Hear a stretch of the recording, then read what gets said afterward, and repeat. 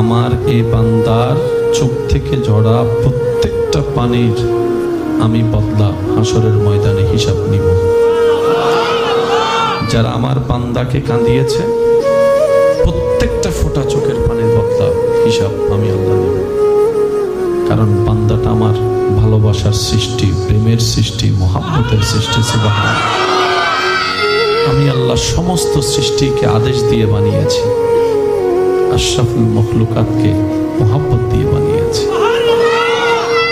কোন বান্দাকে কষ্ট দেওয়া আল্লাহ পছন্দ করে না, আল্লাহ পছন্দ করে না।